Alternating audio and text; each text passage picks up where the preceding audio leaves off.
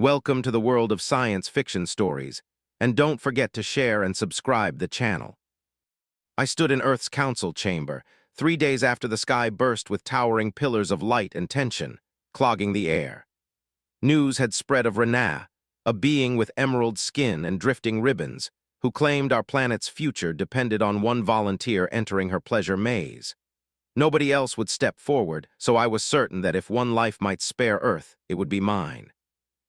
She locked her gaze on me, raised a shimmering arm, and opened a portal at the chamber's center that pulsed in time with her heartbeat.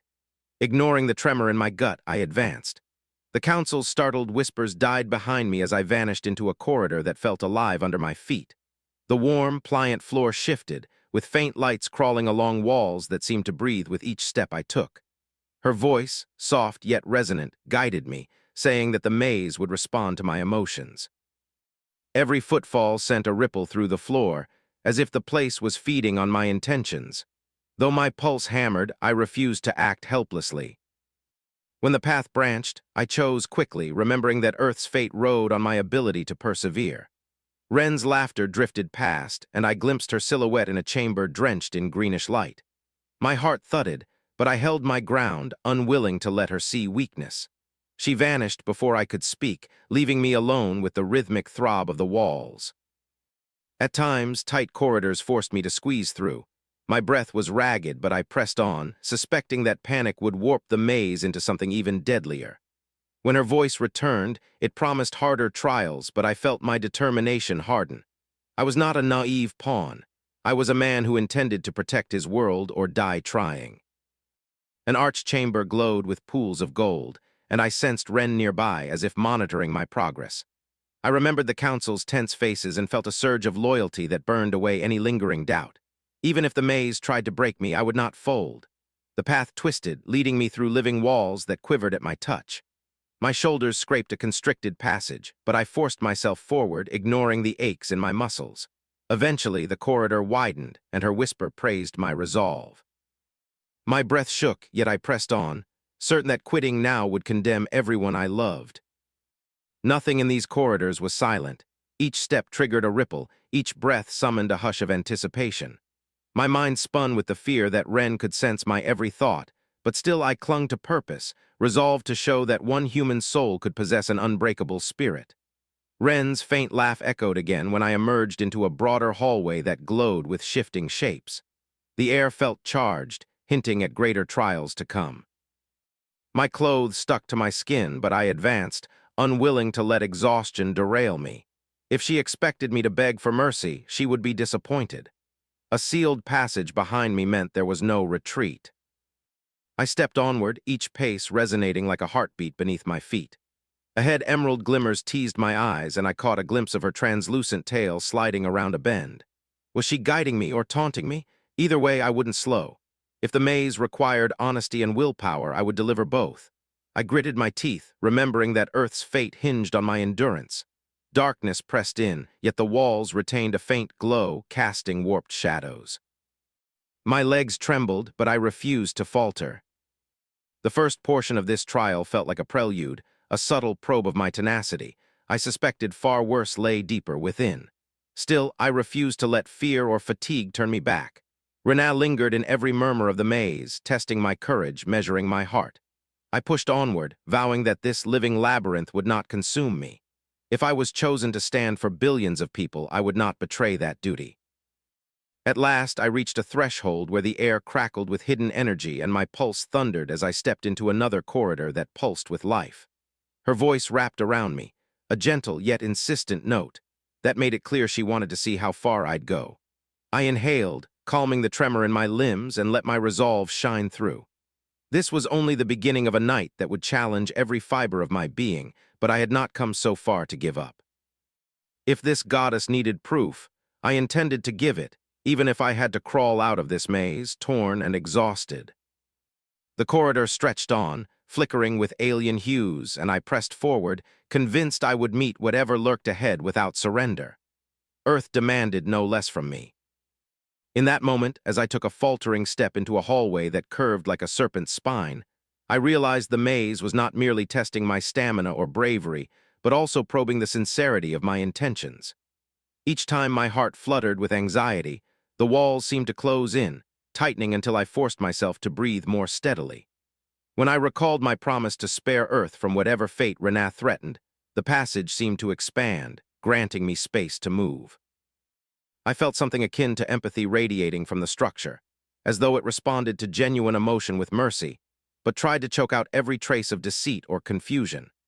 This interplay between my internal state and the living environment both terrified and fascinated me, for I had never believed a physical space could embody such raw intelligence. Yet here I stood, marooned in a realm that reflected my mind back at me, pushing me to confront doubts I barely knew I harbored. Even so, I persevered because turning back was never an option. I had to persevere. I pressed farther along that serpent-spine corridor, determined not to let the living walls sense any fresh wave of fear. Each step felt as though Renat was increasing the labyrinth's tension, but I refused to falter, reminding myself of Earth's fate with every breath. Soon, the corridor widened into a broad atrium, marked by a translucent ribbon arch at the far side. Ren's voice, echoing softly, praised my perseverance and warned that the next stage would test my willingness to see beyond my own survival. Then she fell silent, leaving me alone with that archway, gleaming like a silent invitation. Passing beneath it, I found myself in a dim hallway with a stifling stillness. Soft, muffled cries drifted ahead, and I tracked them to a membrane barrier that quivered with each sob. Though wary of potential traps, I pushed through and discovered a silver-kinned figure trembling in the darkness. Its wide, fearful eyes and thin frame stirred immediate compassion, so I knelt and extended my hand, speaking gently. It reached for me, and a flicker of relief passed between us. Unsure if this was another illusion, I helped it stand, guiding it back through the barrier. Together, we limped into the corridor, my shoulder supporting its trembling weight. The silence pressed in from all sides, as though Renat were watching to see if I would abandon this burden. I refused, recalling that empathy might be part of the test. When we reached a chamber where a low pedestal glowed like captured starlight, I let the figure rest while I touched that strange surface. Instantly, memories and images of Renat flared through my mind, then dimmed, leaving me breathless. Her voice returned, acknowledging my choice to help the captive and cautioning that deeper trials awaited if I meant to free it for good. Pushing onward, we followed a corridor tinted with soft, golden light. Whenever my thoughts wavered, the walls seemed to close in, forcing me to keep steady. The silver figure clung to me, as though trusting my confidence more than its own frail limbs. At last, we emerged into a broader space, where Renat herself appeared, her emerald skin and flowing ribbons seeming to glow in the maze's gentle radiance. She glanced at my companion with a faint sadness, then told me it had long been trapped by illusions lacking strength to escape. If I intended to save it, I would have to accept the burdens of true compassion.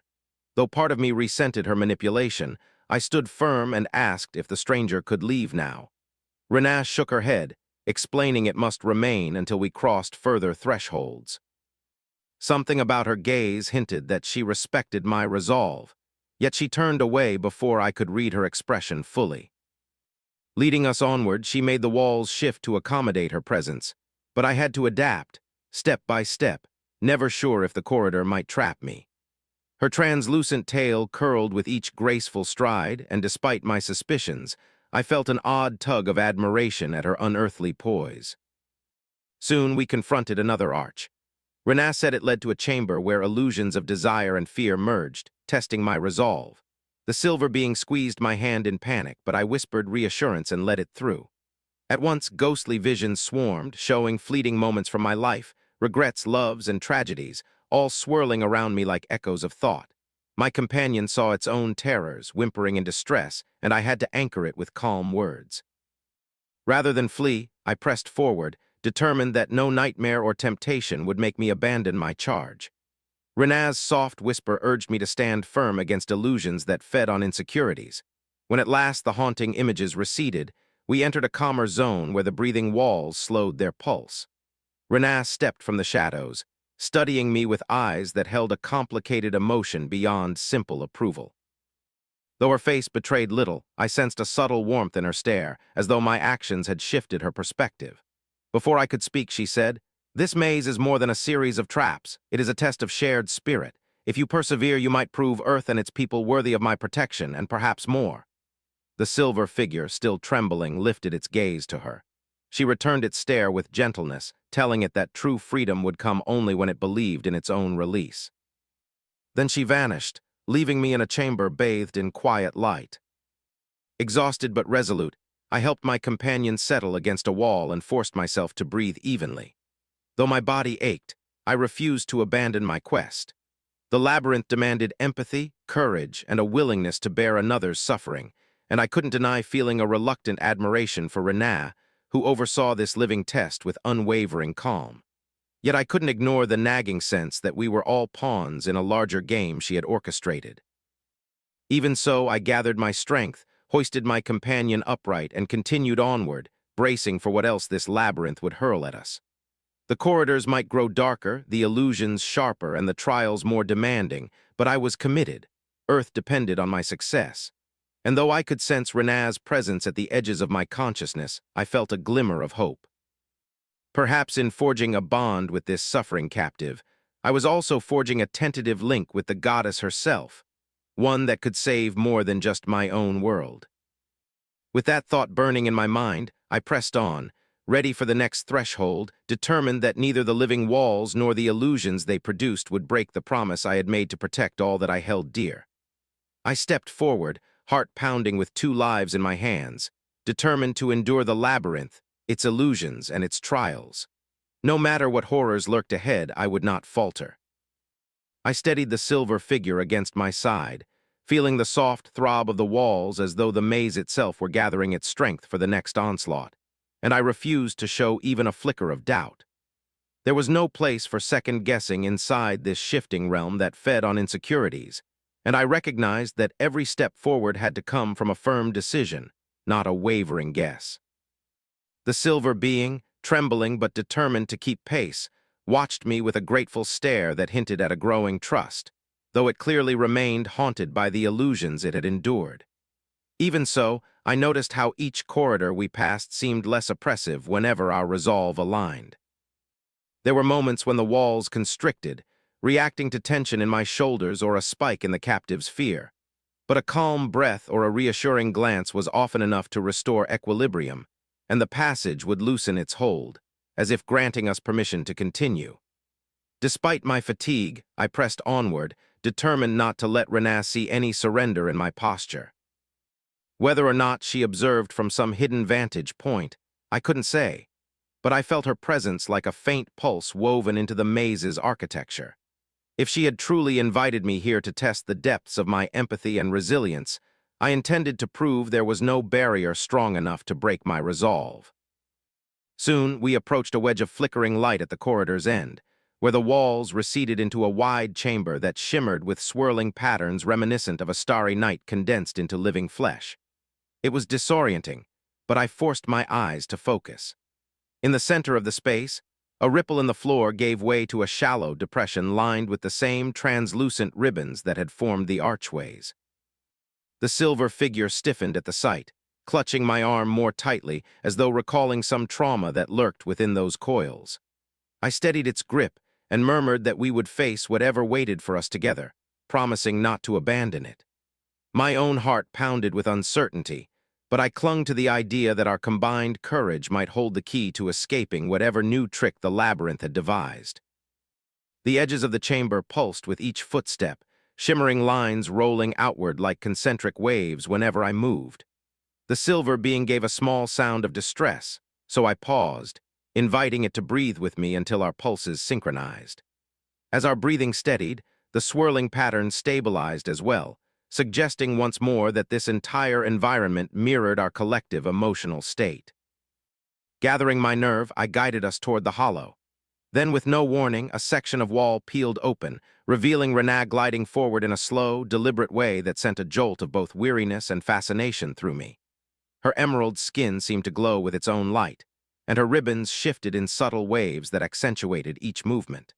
She acknowledged the silver figure first, as if to reassure it, then turned her gaze on me with a level stare that hinted at approval laced with something deeper. She spoke in that measured tone, which resonated across the chamber, telling me we had done well to forge such a bond under the labyrinth's relentless scrutiny. But the next challenge would probe our unity even further. I swallowed hard, suspecting another torrent of illusions or confounding corridors, but Renée extended a graceful arm toward the hollow, explaining in that calm, unwavering voice that if we wished to free ourselves, and the trembling captive, we needed to enter together. My companion made a soft whimper, yet I felt its grip on my arm grow stronger, perhaps gleaning courage from my refusal to be intimidated. I nodded to Renée, though I didn't speak. There seemed no point in asking for mercy. If anything, I wanted to show that I didn't fear her labyrinth or her tests, no matter how twisted they might become. We descended into the shallow depression, and the ribbon floor rose to meet us, forming a gentle incline that slid shut behind our ankles. My heart jolted when I realized we were enclosed, but I forced myself to stand firm, guiding the silver figure to remain at my side. Then the ribbons began to pulse with a tactile rhythm that matched my own heartbeat, and I understood that we were merging with the living heart of the maze. Renée's voice drifted overhead, barely louder than a whisper, telling me to hold tight to the truths that bound us together. A ripple of color rolled across the ribbons, flickering in tandem with my companion's ragged breathing, and I braced for an onslaught of hallucinations. Instead, a wave of warmth surged through the floor, and I saw how the creature stiffened in shock, its eyes going wide with a mixture of curiosity and fear. Although I couldn't read its mind, I sensed it was reliving a memory of captivity or pain. My first instinct was to pull away, but I resisted that temptation, recognizing that the labyrinth's entire purpose was to test how I would respond to someone else's anguish. So I tightened my hold, steadying the being's trembling arms, murmuring that it was no longer alone. Its gaze locked on mine, and a desperate kind of relief lit its eyes, as though my words had broken through a haze of terror. The ribbons responded by softening their pulse, releasing a faint hum of approval that reverberated through my bones. Encouraged, I told my companion to breathe with me, and slowly that wave of warmth faded into a gentler glow. Renée's voice returned, telling me that by facing another's fears without letting my own anxieties take over, I had passed an essential threshold. My muscles sagged with relief, though a part of me remained weary, guessing that the most difficult challenges were still to come. We stood there within the gentle glow, neither sinking nor rising, as though the maze was granting us a moment of reprieve to gather our strength. The silver figure clung to my arm, exhausted, but I could almost sense its gratitude radiating in small, trembling waves. Renée observed from outside the hollow, her ribbons fluttering with a calm that seemed out of place in such a nerve-wracking environment. A faint smile touched her lips when our eyes finally met, and something inside my chest flickered in response. A silent awareness that she could witness every aspect of this trial, yet she hadn't torn us apart. There was a softness in her gaze that suggested genuine respect, even if she remained distant and cryptic. Eventually, the ribbon enclosure parted, freeing our legs and allowing us to step onto firmer ground again. Renée beckoned us onward, indicating that time would not wait for hesitation. The silver figure glanced at me, as if to confirm I was ready, and I nodded, determined not to appear faint-hearted before the goddess who had orchestrated this entire ordeal. We followed her across the chamber toward another corridor, the walls shimmering as though anticipating our arrival, and I felt a new sense of guarded hope. Perhaps I was beginning to understand the labyrinth's core message. Empathy and courage formed the bedrock of whatever bond Renée sought to forge with humanity, and my ability to protect this trembling captive revealed my willingness to extend mercy even when fear threatened to suffocate me. Still, I knew there was much more to endure before I could claim success. As we reached the next passage, Renée paused, her ribbons shifting around her arms as she studied me. In a calm tone, she said, "I was learning quickly, and if you keep proving your heart's strength, the maze's final barrier might open to us sooner than expected." She cast a glance at my silver companion, telling it that no one in this place could break free alone. The creature straightened slightly, gathering the last scraps of its courage, and I tried to mirror that resolve, aware of how precarious our position still was. Whatever illusions or dangers lay in wait, I had come too far to yield now. The labyrinth might demand ever greater sacrifice, but I refused to let it consume my spirit. Meeting Renée's gaze once more, I signaled my readiness, and in her slight nod I detected that same elusive warmth. Perhaps we were closing the gap that separated goddess from mortal, though it remained to be seen if trust could truly blossom here.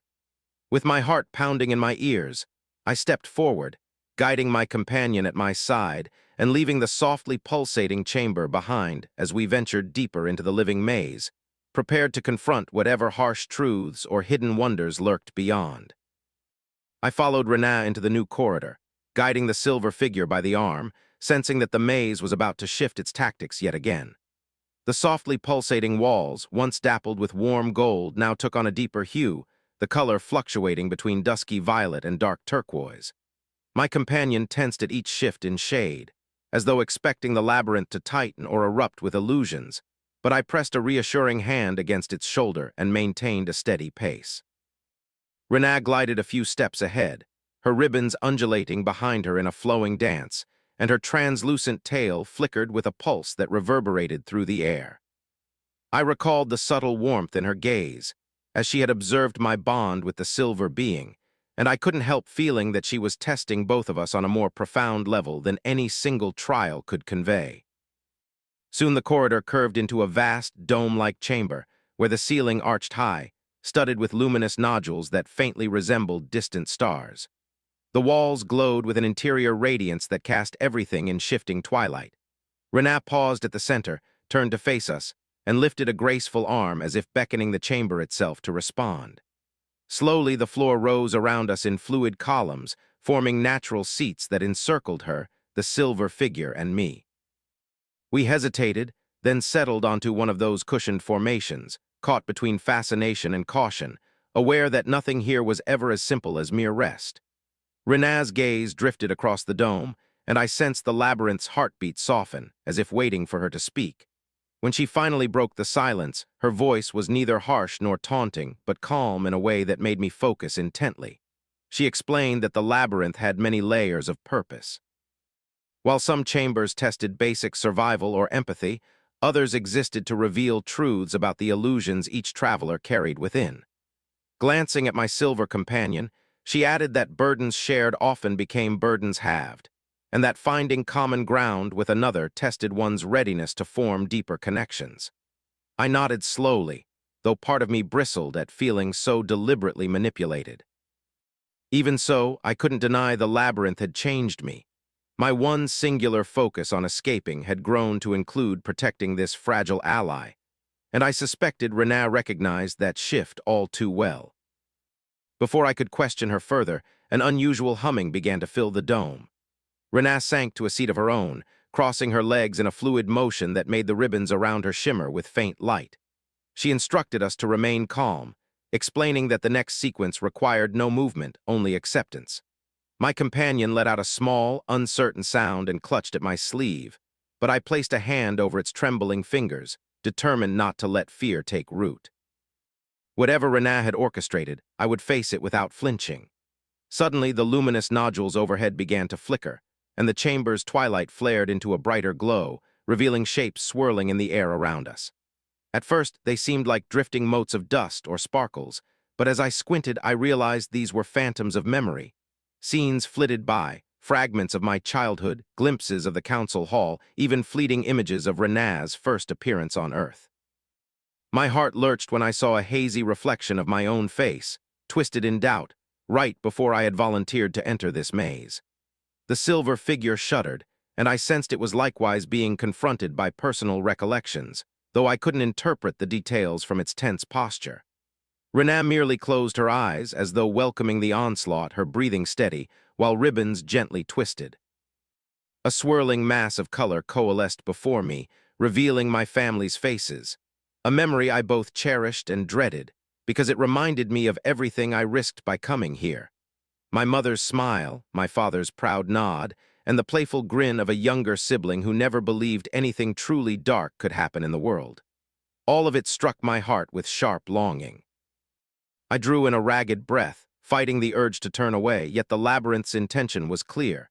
It wanted me to confront what I missed, what I might never see again if I failed. I recalled Renaa's words about illusions within, about burdens that needed sharing or acceptance. Steeling myself, I let the phantom images wash over me, refusing to collapse beneath the ache. My silver companion twitched, releasing my sleeve to claw at the empty air, as though grappling with nightmares only it could see.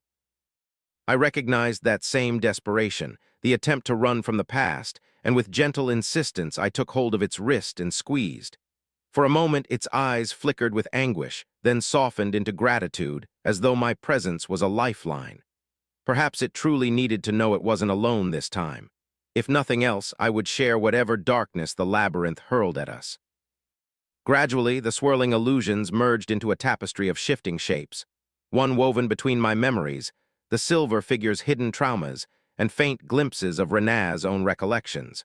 Or so I guessed from the flash of emerald skin beside a starfield unknown to me. My chest tightened at the fleeting suggestion that she too harbored secrets or regrets, though it was gone before I could examine it further. She remained seated, eyes shut, ribbons curled around her shoulders in a slow, rhythmic dance as though barring herself from the same raw exposure we endured. The complexity of that gesture struck me in ways I hadn't expected. Eventually, the motes of memory dissipated, receding into the dome's luminosity. My heart pounded as if I'd been running for miles, my limbs tingling with the echo of emotional strain. The silver figure slumped, panting softly, and I shifted to better support it, letting its head rest against my shoulder. A hush settled over the chamber, broken only by our uneven breathing. When Rena opened her eyes at last, I spotted a hint of weariness in their luminous depths, along with an unspoken respect that flickered too quickly to pin down. She acknowledged that we had confronted deep truths, but the labyrinth demanded one final step: integration. She rose, then moved to stand before us, ribbons trailing across the floor with a whispering sound. Holding out her palms, she instructed me and the silver being to join her in a simple circle, hands clasped. I hesitated, uncertain of her motives, yet decided that if this was the path forward, I would see it through. Carefully, I cradled the silver figure's hand in one of mine, then extended the other to Rena. Her fingers felt warm, and despite her alien grace, she was unmistakably solid. In that moment, a connection seemed to spark between us, an awareness of each other's presence amplified by the living walls. My companion trembled but didn't withdraw. Slowly, the dome brightened with a soft white glow. Rena murmured that we needed to acknowledge not just the pain, but also the possibility of hope. The labyrinth wouldn't release us until we made peace with our memories, fears, and desires, until we realized they were part of a greater whole rather than enemies we had to destroy. At first, I found her statement cryptic, but as I stood there, hands joined with hers and the creature's, I sensed how each heartbeat resonated through the living floor and rose into my legs, how the silver figure's tension ebbed just enough for me to feel its pulse. My own mind drifted back to those illusions of home, the warmth of family and the quiet vow I'd made to protect everything I loved. If forging unity here was the only way to spare Earth, then I would give what honesty I could. A surge of warmth expanded from our joined hands, and the dome quivered as though inhaling. My silver companion let out a soft gasp, and Rena closed her eyes, ribbons quivering. A faint smile ghosted across her lips as the whiteness spread, illuminating the entire chamber, until all I could perceive was the sensation of unity and the steady drumbeat of 3 lives interlinked. For one breathless instant, I felt an unknown future flicker on the horizon, something that suggested more than simple survival. Then the brightness subsided, returning me to the twilight dome. Rena carefully withdrew her hands, eyes opening with a look that lingered between calm acceptance and faint wonder. The silver figure looked to me as if searching for confirmation of what had just happened, and all I could do was let out a trembling exhale. It was clear that the labyrinth recognized a new accord, for the columns that had risen from the floor sank back into fluid ripples. Rena stepped aside, and at the far edge of the chamber, a fresh passageway blossomed open like a tunnel of soft light, waiting for us to continue. The silence felt reverent, as though the place itself approved of whatever transformation we had undergone. Despite my exhaustion, I found a flicker of renewed purpose in my chest, realizing that we were one step closer to the maze's heart and one step closer to grasping why Rena had summoned me at all. Supporting my silver companion, I nodded at Rena, and in the half-smile she gave me, I sensed that our alliance had moved past mere tolerance into something more promising. With careful steps, we made our way toward the waiting corridor, determined to see what new trials and revelations awaited on the other side. I followed the soft glow of that new corridor, supporting the silver figure at my side and keeping a cautious watch on Renaa, who walked just ahead with a steady grace that suggested no fear of what lay beyond. The pools and walls seemed calmer here, their gentle throbbing less frantic than before, as if acknowledging the accord we had reached in the dome chamber. My companion still trembled now and then, but not with the same dread that once stole every breath. I found faint comfort in the way its grip had steadied on my arm. Even the living floor felt more forgiving, rippling under our steps without the tight constriction I had come to expect whenever tension spiked in my chest. I sensed we had crossed an unseen boundary in the labyrinth's ever-shifting logic, yet I refused to grow complacent, for I knew the night still held many trials we had yet to face. Not far along the corridor, we came upon an opening where the walls spread out into a space lit by soft, wavering patterns that evoked moonlight dancing on water. I realized at once we were standing at the edge of what resembled an enormous pool, though the liquid at its center glowed with a subdued silver gleam, and subtle waves lapped against a shore made of living membrane. I felt my companion tense with immediate apprehension, as though recalling torments endured in other watery chambers, but Renaa lifted a calming hand, assuring us that this pool signified cleansing rather than danger. The silver figure's gaze wavered with lingering doubt, yet it did not recoil, for some unspoken trust had begun to settle between us all. Even I, who had wearily guarded myself against Renaa's manipulations, felt a hint of reassurance in her tone, as though she genuinely wanted us to ease our burdens rather than suffer more illusions. She indicated that to proceed, we had to wade into the silvery water and allow it to reflect our truest intentions back at us. I could sense the labyrinth's power thrumming in the liquid, a subtle, pooling current that resonated with the labyrinth's own heartbeat. There was a time not long ago when I would have refused, suspecting a trick meant to break my defenses, yet after all that had transpired, and after witnessing Renaa immerse herself in the same test she demanded of us, I could no longer deny that each challenge was meant to shape, not simply to shatter. My companion made a hesitant step forward, glancing at me for validation, and I nodded, determined not to let doubt rule me. If this was the path toward freedom, or at least the next phase of our progress, then I would see it through. Stepping into the pool, I found the water warm enough to soothe tired muscles, and the silver figure let out a quiet exhalation that suggested relief rather than fear. Renaa followed, with ribbons drifting across the surface as though guided by an unseen tide, and she ventured deeper until the water reached her waist. I followed with my companion, bracing it with one arm while letting the gentle current swirl around our torsos. We stood in a loose circle as Renaa murmured that this chamber was called the Mirror of Secrets, where the labyrinth would once again confront us with truths we hid or refused to acknowledge. A ripple passed beneath my feet, and I felt a tremor of anticipation course through my veins. Part of me wished for a moment's reprieve, but the night's trials never paused for comfort's sake. I steadied myself, gently patting my friend's arm. At first, it seemed nothing had changed aside from the shimmer of light that rippled with every small movement. Then a gentle glow began emanating from within the water itself, illuminating its depth so that it no longer looked murky but clear, revealing swirling shapes beneath the surface. I heard Renaa whisper that we should gaze down, accept what we saw, and resist the impulse to deny or flee. Meeting my companion's anxious expression, I gave a silent nod, then cast my eyes toward the glowing ripples. In that shifting light, I glimpsed my own reflection, and beyond it, faint images floating in the depths, moments of grief, rage, doubt, and longing that I had carried within me for years. Images that threatened to overwhelm me if I let them consume my heart. I breathed carefully, reminding myself that the labyrinth valued honesty over perfection, that these reflections were only illusions, unless I gave them dominion over my will.